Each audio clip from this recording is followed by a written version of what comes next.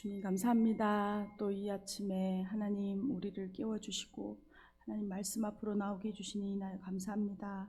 하나님 오늘도 그 말씀을 통하여 하나님과 교제하며 하나님 그 신실한 하나님의 사람으로 하나님을 닮아가는 예수님을 닮아가는 사람으로 오늘도 살아갈 수 있도록 은혜 베풀어 주십시오.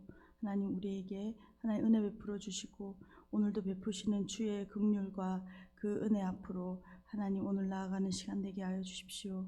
감사드리옵고 예수 그리스도 이름으로 기도드립니다. 아멘. 찬송가 380장 찬양 드리시겠습니다.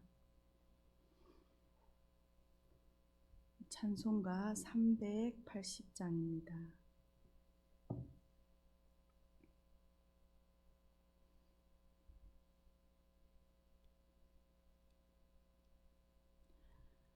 나의 생명 되신 주님 앞에 나아갑니다. 주의 흘린 보혈로 정케하사 받아주소서. 날마다 주를 찬송하겠네. 주의 사랑 줄로서 나를 굳게 잡아 매소서. 괴로운 세상 지낼 때 나를 인도하여 주소서. 주를 믿고 나가면 나의 길을 잃지 않겠네. 날마다 주를 찬송하겠네. 주의 사랑 줄로서 나를 굳게 잡아 매소서. 세상 살아갈 때에 주를 더욱 사랑합니다. 밝고 빛난 천국에 나의 영혼 들어가겠네. 날마다 주를 찬송하겠네.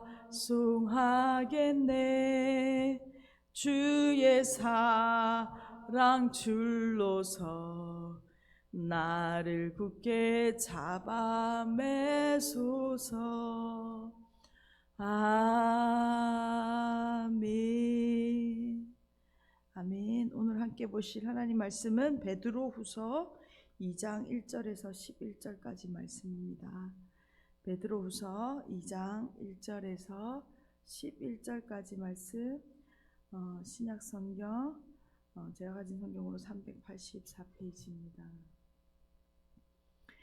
다 찾으신 줄 알고 함께 읽도록 하겠습니다. 그러나 백성 가운데 또한 거짓 선지자들이 일어났었나니 이와 같이 너희 중에도 거짓 선생들이 있으리라. 그들은 멸망하게 할 이단을 가만히 끌어들여 자기들을 사신 주를 부인하고 임박한 멸망을 스스로 취하는 자들이라. 여럿이 그들의 호색하는 것을 따르니 이로 말미암아 진리의 도가 비방을 받을 것이요 그들이 탐심으로써 지어낸 말을 가지고 너희로 이득을 삼으니 그들의 심판은 옛적부터 지체하지 아니하며 그들의 멸망은 잠들지 아니하느니라. 하나님이 범죄한 천사들을 용서하지 아니하시고 지옥에 던져 어두운 구덩이에 두어 심판 때까지 지키게 하셨으며 옛 세상을 용서하지 아니하시고 오직 의를 전파하는 노아와 그 7 식구를 보존하시고 경건하지 아니한 자들의 세상에 홍수를 내리셨으며 소돔과 고모라 성을 멸망하기로 정하여 재가 되게 하사 후세에 경건하지 아니할 자들에게 본을 삼으셨으며 무법한 자들의 음란한 행실로 말미암아 고통당하는 의로운 룻을 건지셨으니 이는 의인이 그들 중에 거하여 날마다 저 불법한 행실을 보고 들으므로 그 의로운 심령이 상함이라. 주께서 경건한 자는 시험에서 건지실 줄 아시고 불의한 자는 형벌 아래 두어 심판날까지 지키시며 특별히 육체를 따라 더러운 정욕 가운데서 행하며 주관하는 이를 멸시하는 자들에게는 형벌할 줄 아시느니라. 이들은 당돌하고 자긍하며 떨지 않고 영광 있는 자들을 비방하거니와 더 큰 힘과 능력을 가진 천사들도 주 앞에서 그들을 거스러 비방하는 고발을 하지 아니하느니라. 아멘. 저희는 베드로후서 말씀을 지금 묵상하고 있습니다. 베드로후서는 베드로 사도가 그의 순교할 시점이 그 임박할 때에 그가 죽은 이후라에도 교회 공동체가 꼭 기억해야 할 앞으로 그 죽음 이후에 교회 공동체를 염려하며 경계의 말씀을 보내고 있는 편지입니다. 이 수신자들은 베드로전서와 동일하게 지금 로마 제국의 박해가 앞에 있고 또 그 확산되는 가운데 있는 그 흩어져 있는 나그네와 같은 성도들, 교회 공동체에게 보내고 있는 것이죠. 베드로전서가 외부적인 고난에 대하여 박해에 대하여 그리스도께서 재림하실 것을 소망하며 믿음으로 인내하고 거룩한 삶을 살라고 격려하였다면 베드로후서는 그 고난의 때에 외부적인 이 박해만 있는 것이 아니라 어려움이 있는 것이 아니라 공동체 내부에 어려움이 있었다는 것이죠. 이 어려움에 대하여 어떻게 대처할 것인지 경계하는 서신을 쓰고 있습니다. 특별히 2장부터는 교회 내에 교회 공동체를 흔드는 내부적인 위험으로 바로 이단의 침투, 거짓 교사의 가르침에 대하여 경계하고 있는 말씀을 오늘 2장을 통하여 보게 됩니다. 1절입니다. 그러나 백성 가운데 또한 거짓 선지자들이 일어났었나니 이와 같이 너희 중에도 거짓 선생들이 있으리라. 그들은 멸망하게 할 이단을 가만히 끌어들여 자기들을 사신 주를 부인하고 임박한 멸망을 스스로 취하는 자들이라. 구약 시대에도 참 선지자와 거짓 선지자가 공존했습니다. 그처럼 당시 이 교회 공동체 안에 가만히 들어온 거짓 교사들이 있었다. 그리고 이런 일들이 계속적으로 일어날 것이다 라고 말하고 있습니다. 지금 시대도 동일하죠. 교회 공동체 안에 이단 사상들이 가만히 들어옵니다. 신천지와 같은 이단들이 들어와 잘못된 가르침으로 성도들을 유혹하고 미혹하는 일들을 우리가 수없이 보게 됩니다. 이처럼 이런 교회 공동체 안에 거짓 교사들이 들어오게 된다는 것이죠. 베드로 사도는 구약 성경에서 이 거짓 선지자들의 특징을 통해 지금 거짓 교사들에게 적용하여 이 말씀을 하고 있는 것입니다. 이들은 자신들의 목적을 위해서 잘못된 가르침을 교회 공동체 안에 들고 들어왔다라고 말합니다. 거짓 교사들은 이단 사상을 교묘하게 공동체 안으로 가져옵니다. 그래서 그들이 가지고 온 이단적인 사상들, 복음의 진리와 다른 이 이단 사상들이 처음에는 잘 구별이 되지 않는다는 것이죠. 복음의 참된 진리와 구별되지 않기 때문에 미혹에 넘어가고 또 초신자들이, 특히 초신자들이 그러한 사상에 빠지기 쉽다는 것입니다. 자기들을 사신 주를 부인하고 임박한 멸망을 스스로 취하는 자들이라라고 말씀하였는데 여기서 자기들을 사신 주라는 것은 성도는 그리스도의 그 속량, 예수 그리스도의 피의 값으로 우리가 죄에 노예되었던 상태에서 그 속량, 구속함을 받았습니다. 피의 값을 지불하시고 우리를 사신 것이죠. 그래서 그리스도인 성도는 예수님의 소유가 되었습니다.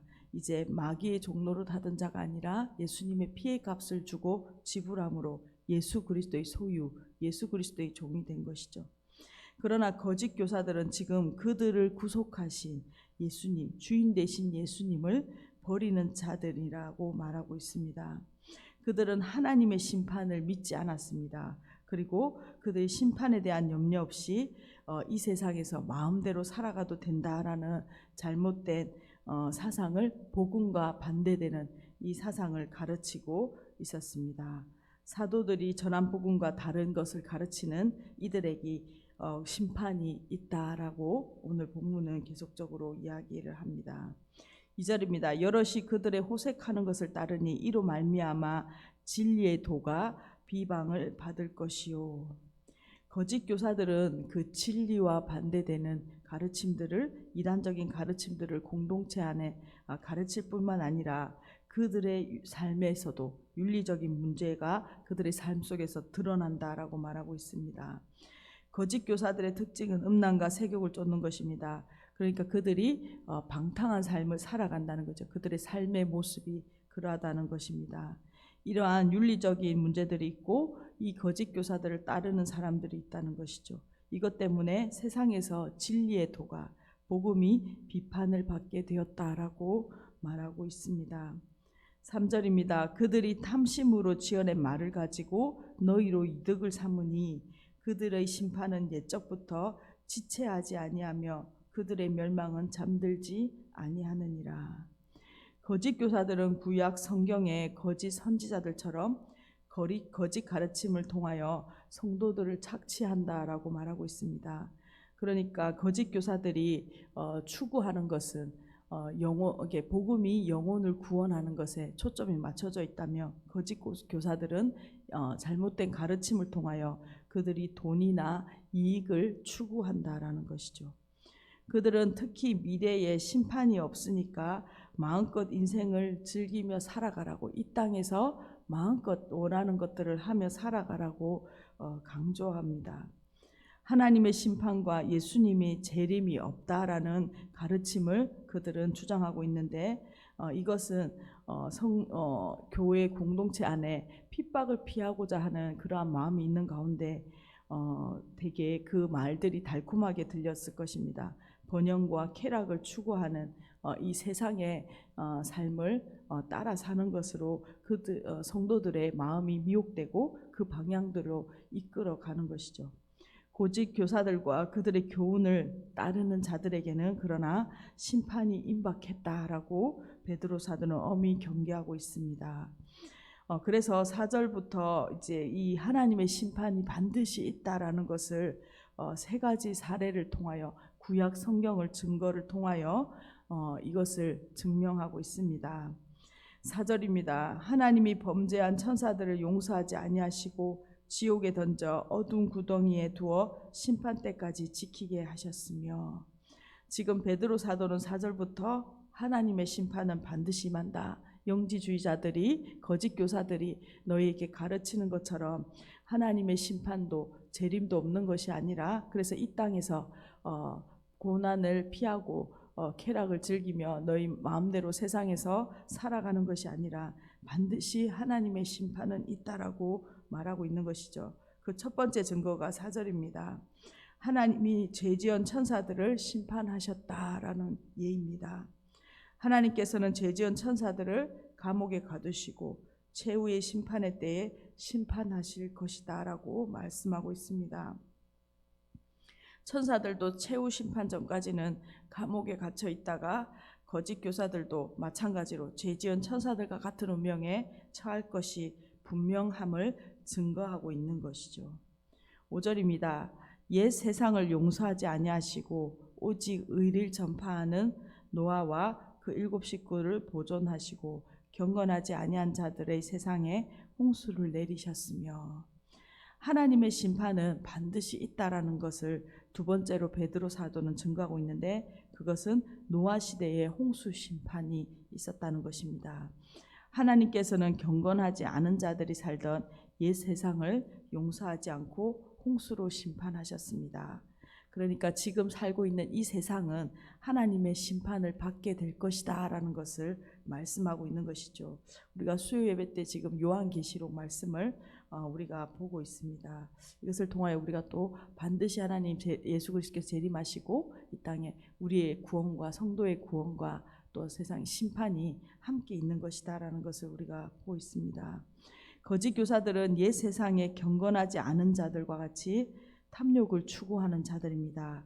그래서 동일하게 이 노아 홍수의 심판과 같이 세상이 심판받을 때 동일하게 심판받을 것이다 라고 말하는 것이죠. 그러나 하나님께서는 세상을 심판하시되 노아와 그의 가족들을 구원하셨습니다. 이처럼 세상을 심판하실 그때에 진리의 말씀을 순종하고 하나님의 말씀을 끝까지 붙들고 견디는 자, 이기는 자들을 보호하실 것이다. 그들을 구원하실 것이들 말씀하고 있습니다. 6절입니다. 소돔과 고모라 성을 멸망하기로 정하여 재가 되게 하사 후세에 경건하지 아니할 자들에게 본을 삼으셨으며 무법한 자들의 음란한 행실로 말미암아 고통당하는 의로운 롯을 건지셨으니 이는 이 의인이 그들 중에 거하여 날마다 저 불법한 행실을 보고 들으므로 그 의로운 심령이 상함이라. 이 세 번째 하나님의 심판이 반드시 있다라는 사례는 바로 소돔과 고모라의 멸망입니다. 하나님께서는 소돔과 고모라 성을 멸망시킴으로 불경건한 자들에 대한 심판의 예로 삼으셨다라고 말씀하고 있습니다. 이 룻은 지금 이 편지를 읽고 있는 교회 공동체, 이 수신자들처럼 불의한 시대 속에서 살아갔고 고통을 겪으며 살았던 사람입니다. 하나님께서는 이 음란과 소돔과 고모라의 그 문화 속에서 그 안에서 의롭게 살려고 애쓴 롯을 구원하셨다, 살리셨다라고 말씀하고 있습니다. 그러면서 오늘 9절부터 오늘 본문 마지막 11절까지 하나님이 심판하시고 구원하시는 그 원리와 결국 거짓 교사들이 처할 운명에 대하여 말씀하고 있습니다. 9절부터 10절 상반절까지입니다. 주께서 경건한 자는 시험에서 건지실 줄을 아시고 불의한 자는 형벌 아래 두어 심판날까지 지키시며 특별히 육체를 따라 더러운 정욕 가운데 행하며 주관하는 이를 멸시하는 이들에게는 형벌할 줄을 아시느니라. 하나님께서 반드시 심판하신다라는 증거를 세 가지 사례로 베드로 사도는 든 후에 이제 이 하나님의 심판은 바로 하나님의 주권이다라고 강조하고 있습니다. 경건한 자들을 구원하시고 불의한 자들을 최후 심판까지 형벌 아래 가두어 두십니다. 그리고 최후 심판을 받은 자들은 불의한 자들로서 그들의 육체를 따라 더러운 정욕을 행하는 자들이며 이들은 하나님의 주권을 거부한 자들입니다. 그리고 자기 뜻대로 이 세상에서 살아간 자들이고 그들을 마지막에 최후 심판하실 것이다 라고 말씀하고 있는 것이죠.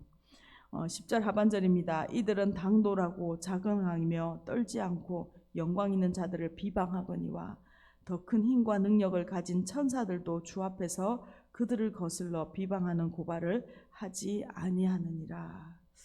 거짓 교사들의 잘못된 가르침으로 공동체 안에서 성도들을 미혹합니다. 이러한 일들은 바로 하나님의 주권을 인정하지 않는 태도이다라고 말하고 있는 것이죠.